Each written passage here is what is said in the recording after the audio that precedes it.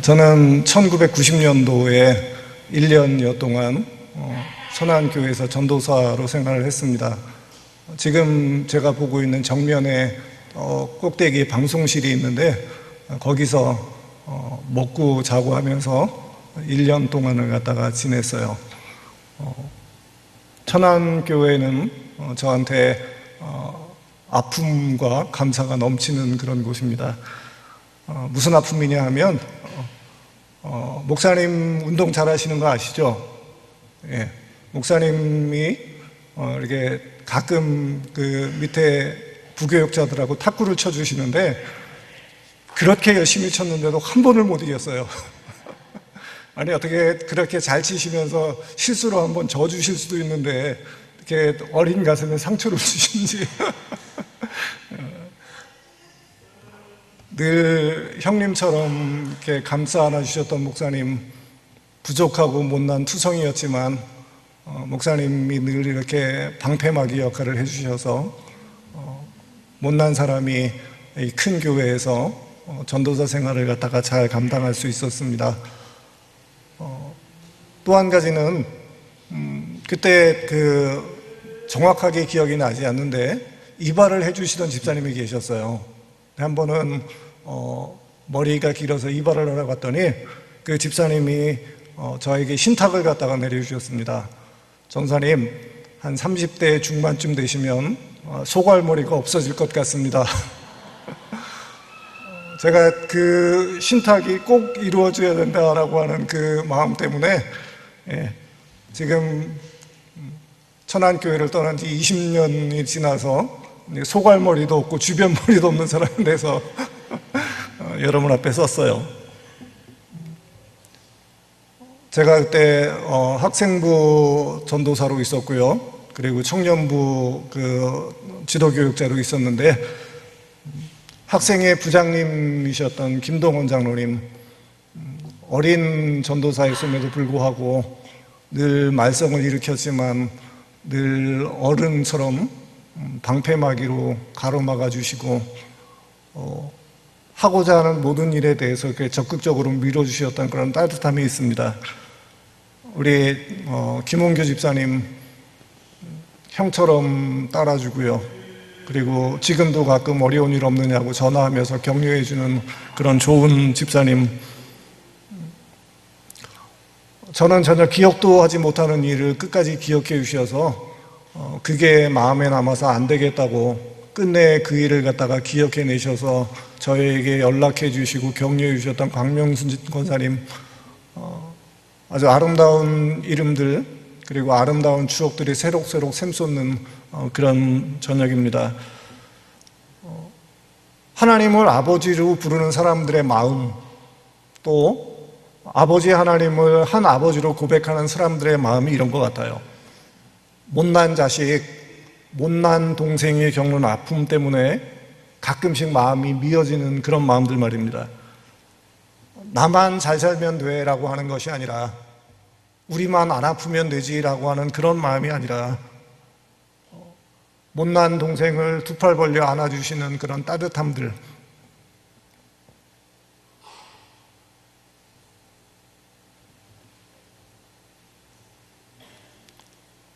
부족하지만 그리고 정말 모자라지만 그 모자람을 탓하지 않으시고 잘 클 수 있도록 늘 아낌없는 격려를 아끼지 않으시는 그런 마음들,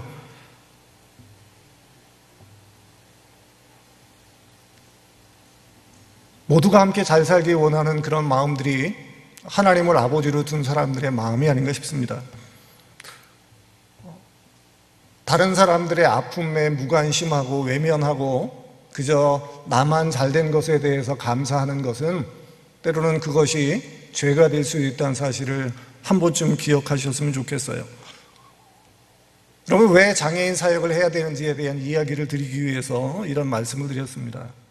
장애인 사역은 아픈 손가락을 감싸는 그런 하나님의 마음이라고 생각을 해요. 아픈 손가락, 못난 자식을 더 감싸주시고 싸매시는 부모님의 마음을 헤아리는 것, 그것이 장애인 사역이라고 생각합니다. 하나님의 마음으로 어려운 이웃들을 살피는 것, 하나님의 마음으로 못난 자식들, 그리고 더불어 함께하지 못하는 이웃들을 갖다가 너그러운 마음으로 안아주는 그런 것이 바로 하나님의 마음으로 이웃을 품는 그런 마음이라고 생각을 합니다. 여러분, 오늘 본문의 주인공이 사마리아 사람이라고 불리는 사람입니다. 잘 아시죠? 근데 사마리아 사람은 결혼을 했을까요? 안 했을까요? 그런 생각 해보신 적 있으세요? 사마리아 사람은 결혼을 했을까요? 안 했을까요? 제 생각에는 안 했을 가능성이 좀 더 높을 것 같아요. 근데 그럼에도 불구하고 만약 이 사마리아 사람이 결혼을 했다면 이 사마리아 사람의 아내는 틀림없이 좋은 아내였을 겁니다. 그죠? 만약 아내의 바가지가 염려가 되어서 이 일을 갖다가 감당하지 못할 사람이라면 일이 진행이 안 됐겠죠. 그죠? 어떤 일을 해도 믿어줄 수 있는, 어떤 일을 해도 이해해 줄 수 있는 좋은 아내가 곁에 있기 때문에 이 사마리아 사람은 선한 사마리아 사람이라고 불릴 수 있을 것이라고 그렇게 생각을 해요. 제 휴대폰에 저희 집사람을 안해 그렇게 적어놨습니다. 둘째 딸이 아빠 왜 아내가 아니고 안해야? 그렇게 물어보더라고요. 그래서 제가 그렇게 대답을 했습니다. 안에서 빛나는 해니까 바깥에는 태양이 떠 있지만 안에서는 집사람이 태양의 역할을 감당하는 안에서 빛나는 해라서 아내라고 적었어. 정말? 장애인 사역은 늘 퍼주는 사역입니다. 100번 잘하고 한 번 잘못하면 한 번 잘못한 것 때문에 마음을 돌이키는 그런 일들이 많은 그런 사역이에요. 큰 수익도 나지 않는 일들이고요. 늘 끊임없이 소진해야 하는 그런 사역이지만 안에서 해처럼 빛나는 따뜻함이 있기에 이 일을 갖다가 감당할 수 있다고 감히 고백합니다. 여러분 잘 아시는 말씀이죠. 사마리아 사람이 강도 만난 사람을 보고 발을 멈춥니다. 그리고는 쌤통이다 라고 생각하고 그냥 지나간 것이 아니라 그 사람을 극진히 돌봐줘요. 여관에서 숙박비를 갖다가 미리 다 치르고 돌아오는 길에 돈이 더 들면 갚아주겠다는 약속을 하고 그 아픈 사람을 갖다가 맡기고 길을 떠납니다. 그리고 37절에 결론적으로 이렇게 얘기를 합니다. 가서 너도 이와 같이 하라. 말씀을 다 들었으면, 그리고 그 말씀이 가슴에 와 닿았으면 머뭇거리지 말고 가서 그대로 하라라고 하는 그런 얘기죠. 근데 이 말씀을 누구에게 하셨습니까? 사마리아인의 비유를 갖다가 들은 사람들은 좀 한편으로는 잘 나간다고 얘기되는 그런 사람들이었어요. 그런 사람들에게 예수님은 너희는 누구의 이웃이냐라고 그렇게 묻습니다. 내 의견에는 이 세 사람 중에 누가 강도 만난 자의 이웃이 되겠느냐? 강도 만난 사람의 진정한 이웃이 누구냐라고 묻는 예수님의 질문이죠. 사마리아 사람이 바로 강도 만난 사람의 이웃이었고요. 우리도 그렇게 강도 만난 사람의 이웃이 되어서 살라라고 하는 그런 결론의 말씀입니다. 간단하죠? 그죠?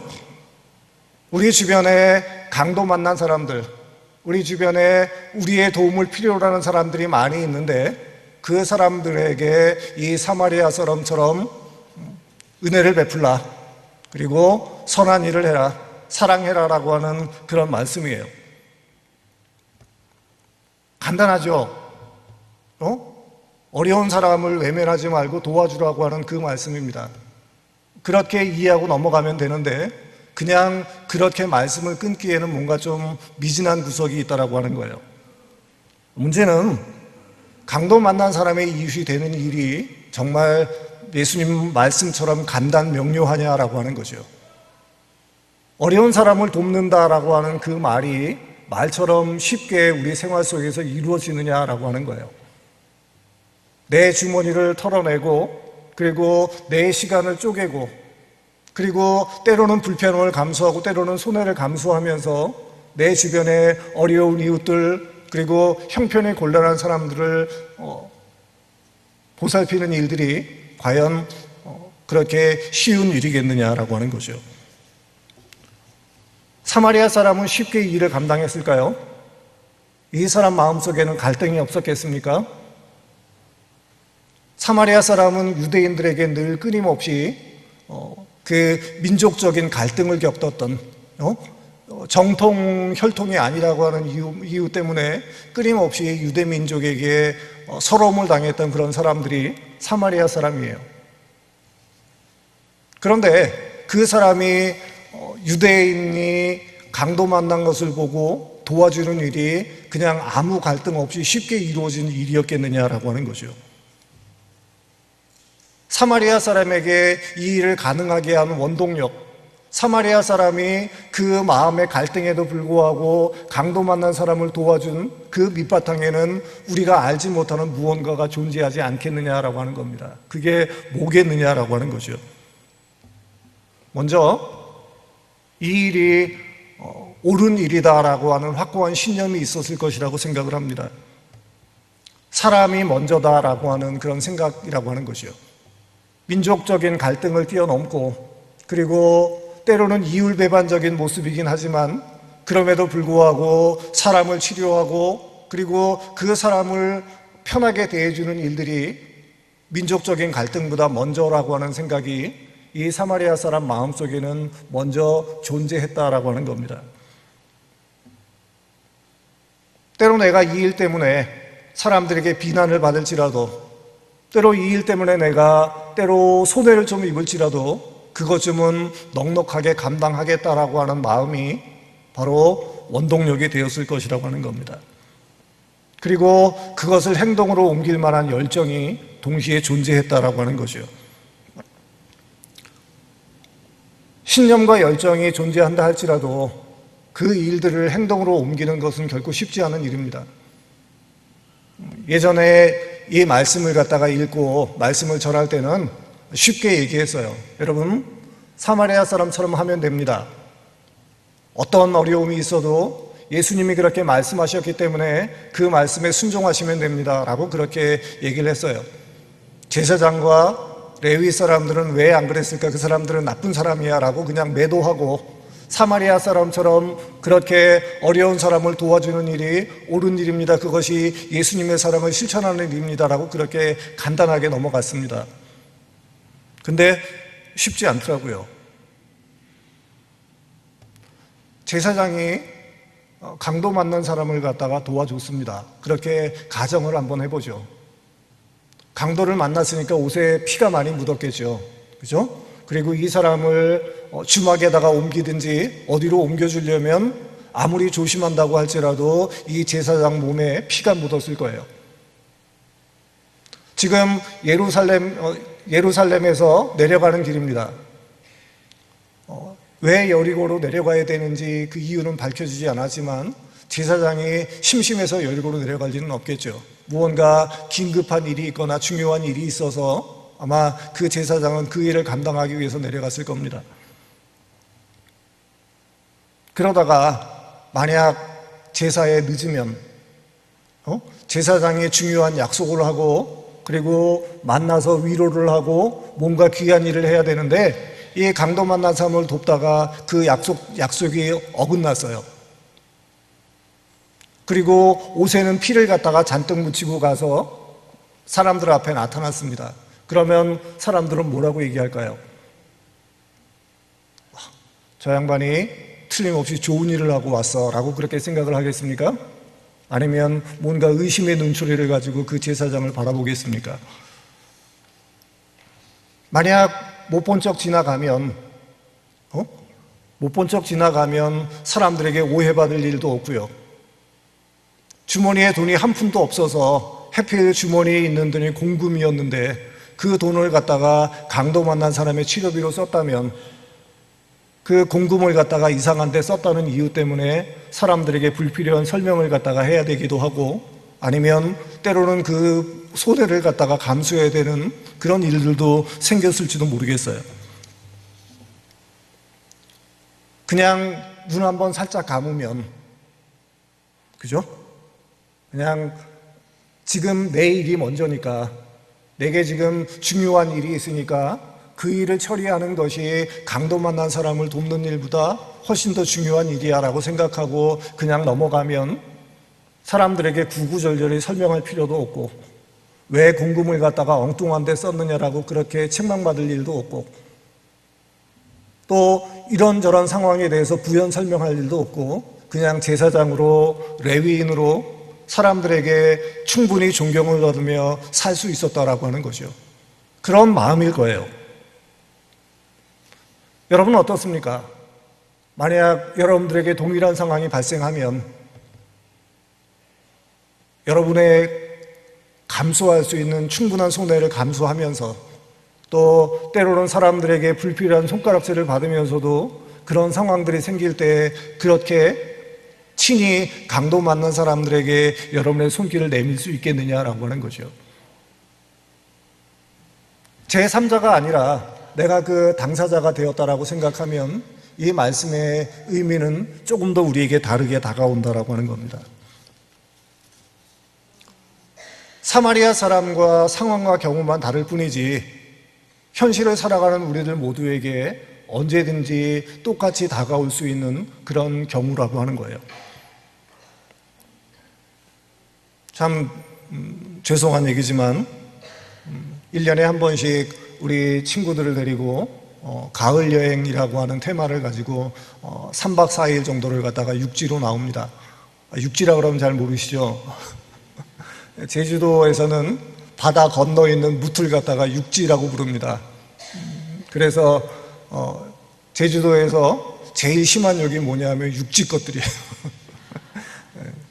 육지 것들이 그렇게 얘기를 합니다.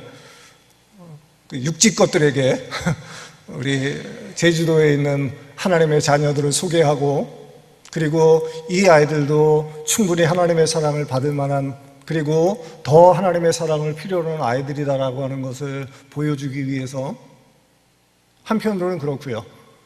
다른 한편으로는 장애 아동을 가진 부모님들, 특히 어머님들이 이 아이들에게 24시간 내내 신경을 써야 되는 이유로 쉴 틈이 없어요. 그래서 3박 4일이라고 하는 짧은 시간이지만 그 시간 동안 저희가 그 아이들을 데리고 있음으로 해서 그동안에 소원해졌던 다른 자녀들과의 관계, 또 가끔은 부부끼리 영화를 볼 수 있는 그런 시간들을 갖다가 제공해 준다라고 하는 생각에 1년에 한 번씩 이 아이들을 데리고 가을 여행을 나옵니다. 작년까지만 해도 가을 여행을 나오면 3박 4일을 있었어요.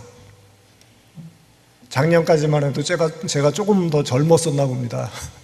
네, 올해는 도저히 3박 4일을 감당할 자신이 없어서 하루를 갖다가 줄였어요. 2박 3일로 줄였습니다. 어제 오후에 대전에를 갖다가 도착을 해서 제주도에 놀이기구가 없거든요. 그래서 우리 아이들에게 청룡열차하며 그리고 그 뭐라 그러죠? 이렇게 배를 타고 이렇게 물가로 내려가는 그런 것들, 예. 그리고 대전에 그 사파리가요? 그것도 보여주고, 예. 한 친구도 말썽 부리는 아이들 없이 저녁까지 잘 먹고는 참 이번 여행은 그래도 참 괜찮아라고 생각하고 왔는데 그만 갑자기 하늘에서 별이 번쩍하고 보였습니다. 이렇게 아까 보셨죠? 100kg 되는 그 거구의 친구가 무슨 바람이 불었는지 그 소뚜껑만한 손바닥을 가지고 제 얼굴을 갖다가 가격을 한 거예요. 느닷없이 그냥 이 왼쪽 얼굴을 맞는 바람에 예, 하늘에서 별이 번쩍하는 그런 경험을 했습니다. 그러다가 그걸로 분이 안 풀렸는지 저희 집사람 얼굴을 갖다가 그대로 가격을 해서 콧등이 이렇게 엄청 부어져서 그 예쁜 얼굴이 조금 못생겨졌어요. 차에서 그 아이를 갖다가 진정시키려고 붙잡고 있었는데 도저히 선생님들이 그 아이의 힘을 감당할 수가 없어서 우리 오카리나를 가르쳐 줬던 선생님은 얼굴에 가슴팍에 그 소뚜껑만한 그 손바닥으로 몇 대를 갖다가 얻어맞기도 했고요. 그리고는 잘 진정시켜서 숙소로 돌아갔는데 잠을 자고 싶었는데 잠을 갖다가 제대로 못 자게 했는지 떠드는 아이 때문에 신경질이 났는지 그냥 벌떡 일어나서 옆에서 아까 여기 막 돌아다니던 친구 있었죠? 그 친구를 갖다가 한 대 그대로 가격을 했습니다. 그랬더니 그 친구는 또 억울해서 예, 벽에다가 머리를 갖다가 쾅 부딪혀서 머리에 주먹만한 혹을 갖다가 하나 만들어 놓고, 그리고는 자기 그 억울함을 갖다가 견디지 못해서 한참 동안 울다가 어떻게 잠이 들었는지 모르겠어요.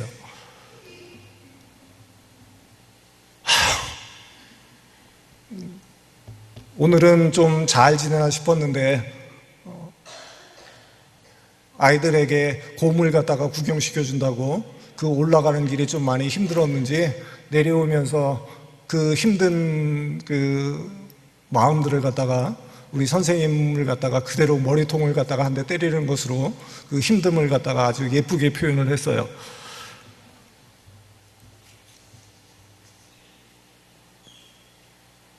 어떻게 해야 될까요?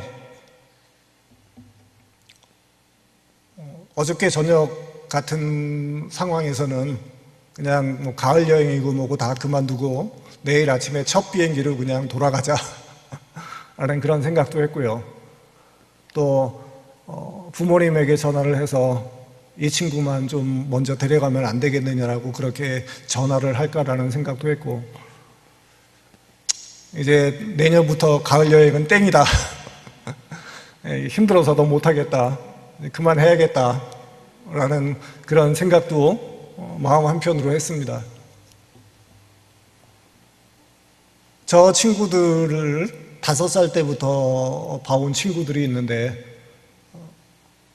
초등학교 때는 아주 예쁜 친구들이었거든요.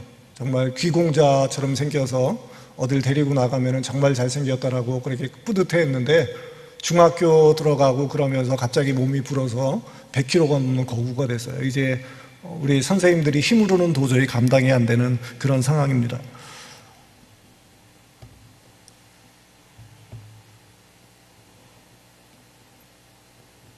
나이는 점점 들어가고요. 그리고 이 아이들을 감당할 수 있는 힘은 점점 소진되고 아이들은 점점 커지고 과연 얼마나 더 이 일을 갖다가 감당할 수 있을까 가끔 회의가 들기도 합니다.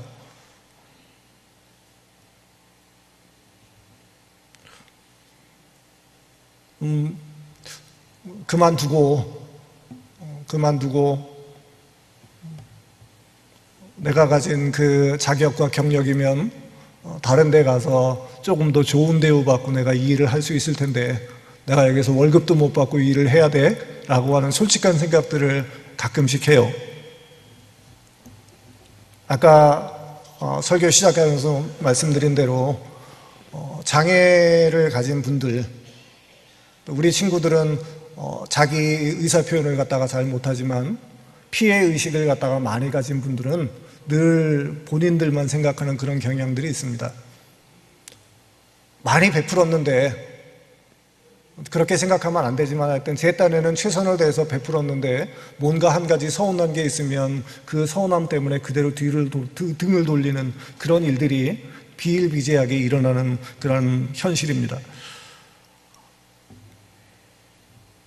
그럼에도 불구하고 이 일을 계속할 수 있는 이유는, 그럼에도 불구하고 이 일을 계속해야 할 이유는 누군가 이 일을 감당해야 할 사람이 필요하다라고 하는 거죠. 선한 사마리아 사람처럼 누군가는, 어느 한 사람은 이 일을 감당하고 강도만한 사람의 이웃이 될 사람이 필요하지 않겠느냐라고 하는 거죠. 그리고 누군가 그 일에 대해서 잘하고 있다고, 꼭 필요한 일이라고, 하나님이 기뻐하실 만한 일이라고 격려해 주는 사람이 곁에 있다면, 그러면 조금 더 자신 있게 이 일을 갖다가 할 수 있을 것이라고 생각을 합니다. 대전에 친구가 있어요. 그 친구한테 저녁을 갖다가 맛있게 얻어먹고는 나오는 길에 별을 갖다가 봤습니다. 근데 그 친구가 저하고 집사람하고 선생님들이 얻어맞는 것을 갖다가 보더니 제 손을 갖다가 붙잡으면서 막 울더라고요. 철우야, 미안해. 그렇게 힘든지 몰랐어. 그리고 제 손을 갖다가 붙잡으면서 막 울더라고요. 제가 민망할 정도로. 그렇게 이해해 주는 사람들,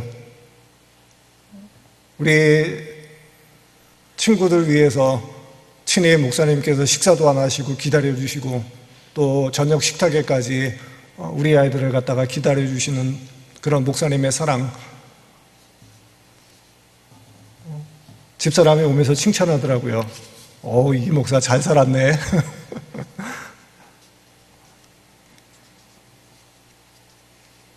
한 가지 기도 제목이 있습니다. 우리 친구들이 고등학교를 졸업하면 더 이상 갈 수 있는 데가 없어요. 학교를 다닐 때는 학교라는 테두리 안에 머물러 있어서 그나마 학생이라고 하는 보호를 받지만 학교를 갔다가 졸업하는 순간부터는 직장을 갈 수도 없고요. 그리고 대학이라는 곳에 손을 갖다가 내밀 수도 없는 그런 형편입니다. 그러면 그 아이를 돌보는 책임이 누구한테 가냐 하면 부모님한테 가게 돼요. 힘들고 어렵게 고등학교 3학년 성인이 될 때까지 키웠는데 성인이 되는 순간 다시 온통 그 책임을 갖다가 부모님이 져야 하는 그런 안타까운 현실입니다. 우리 아이들의 부모님의 소원은 딱 하나예요. 아이보다 하루만 더 살고 죽는 겁니다. 아이를 키우는 일들이 너무 힘들어서 특별히 발달장애 친구들, 저 나이가 되도록 혼자서 신변 처리를 갖다가 할 수 없는 경우가 태반이고요. 말로 의사소통이 안 돼서 그 답답함은 서로 간에 이루 말할 수 없겠죠. 그렇게 키우고 너무너무 힘이 드는데 더 마음이 안타까운 것은 아이들은 커가면서 부모님들도 같이 나이가 먹는다고 하는 거죠. 부모님들이 젊었을 때는, 그리고 부모님들이 어느 정도 감당할 수 있을 때는 그나마 괜찮은데 부모님들이 연세가 드셔서 아이를 더 감당할 수 없을 경우에는 또 부모님들 사후에는 누가 이 아이를 책임질 거라고 하는 마음의 무거운 짐들이 있다라고 하는 거예요.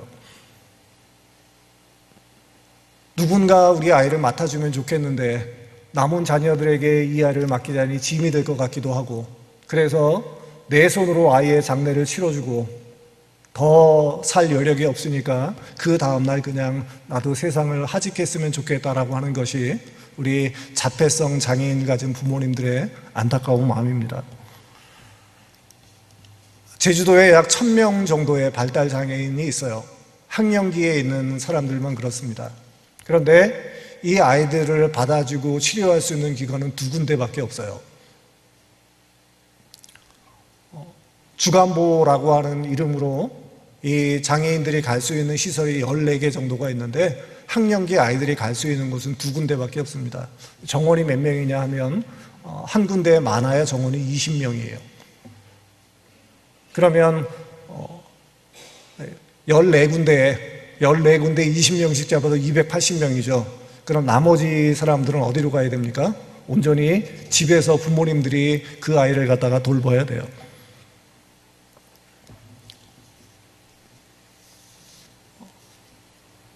16년 동안 우리 아이들과 함께 씨름하는 사역들을 갖다가 감당을 했습니다. 근데 이제 그 아이들 중에서 5명의 아이들이 올해 졸업을 하게 돼요. 내년에는 이제 그 아이들이 직장인이 되어야 됩니다. 오랫동안 기도하고 준비하다가 올 1월 달에 우리 천안교회 전도여행 팀들이 와서 기도해주고, 그리고 2월 달에 기공식을 하고 나서 올 9월 달에 150평 되는 규모의 작은 공동체를 갖다가 하나 만들었습니다. 만들긴 만들었는데 그 다음에는 어떻게 될지 잘 모르겠어요. 하나님이 끌고 오셔서 16년이라고 하는 시간 동안 계속 지내왔는데 이제 조금만 더 가면 되는데 솔직히 많이 힘이 듭니다. 누군가는, 그리고 어느 기관에서는 이 아이들을 맡아주고 그리고 선구자적인 역할을 감당해야 되지만 솔직하게 얘기하면 그 일이 왜 나여야 됩니까? 라고 하는 의문은 아직도 남아 있어요. 안 했으면 좋겠어요. 그럼에도 불구하고 끊임없이 잘한다라고 하는 선한 일이고 누군가는 감당해야 할 몫이라고 그렇게 격려해 주시는 기도, 그리고 후원들, 암만 생각해도 별로 잘하는 것도 없는데 그럼에도 불구하고 이곳까지 이렇게까지 환대해 주시는 분들의 그런 아름다운 마음들이 포기하지 못하게 되는, 그럼에도 불구하고 연약하지만 끝내 그 일을 감당해야 되는 그런 마음이라고 생각을 합니다. 어떤 신학자가 연약함은 신들이 우리에게서 빼앗아 가지는 위안이다라고 그렇게 말을 했답니다. 지금 우리 곁에 있는 연약한 이들을 보듬어 안으려고 할 때에, 누군가가 사랑으로 그 아이들에게 다가갈 때에 우리 속에 있는 시기심이라고 하는 독성이 빠져나가게 되고요, 하늘의 희망이 그 빠져나간 시기심 속에 우리에게 스며들게 될 것이라고 하는 거죠. 마르틴 루터라고 하는 신학자는 이렇게 얘기를 합니다. 그리스도인은 자기 혼자 살지 않고 그리스도와 이웃 가운데 산다. 그렇지 않으면 그리스도인이 아니다 라고 그렇게 얘기를 했어요.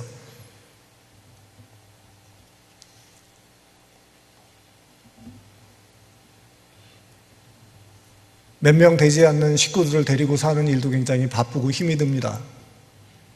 근데 이 큰 교회를 갖다가 이끌어 가시는 목사님은 얼마나 바쁘실까요? 그 바쁘신 가운데도 우리 아이들을 위해서 친히 두 팔 벌려서 환영해 주시는 그 따뜻함들, 그리고 이 저녁에 정말 어떻게 보면 보잘것없는 솜씨지만, 어떻게 보면 아무것도 아닌 일이지만, 그럼에도 불구하고 우리 아이들에게 뜨거운 박수를 보내주시는 여러분들의 마음들, 그 마음들이 잊혀지지 않는 한 이 사역은 중단되지 않을 겁니다. 계속 기도해 주시고요, 여러분들의 사랑과 관심을 받는 연약한 이들이 어떻게 아름답게 커가는지 계속 지켜봐 주시고 기도해 주시고요, 그리고 여러분들에게 때때로 우리 아이들의 예쁜 모습들, 아름다운 모습들을 전하기 위해서 최선을 다하겠습니다. 제주도는 여러분 여행지가 아닙니다. 제주도는 선교지여야 되고요, 그리고 죄송한 얘기지만 저는 그곳에서 순교하는 마음으로 살겠습니다. 여러분 기도해 주시고요, 우리 연약한 친구들 더 하나님 안에서 아름답게 자랄 수 있도록 때마다, 시간 날 때마다 기도와 격려를 주님의 이름으로 부탁을 드립니다. 기도하겠습니다. 하나님 고맙습니다. 이 저녁에 하나님의 사랑, 하나님의 아픈 손가락인 우리 친구들을 기쁨으로 맞아주시고 따뜻한 마음으로 환대해 주시는 귀한 성도들의 마음들, 하나님 그 마음이 있어 이 사역이 감당이 됩니다. 이 사역이 유지됩니다. 선한 사마리아 사람처럼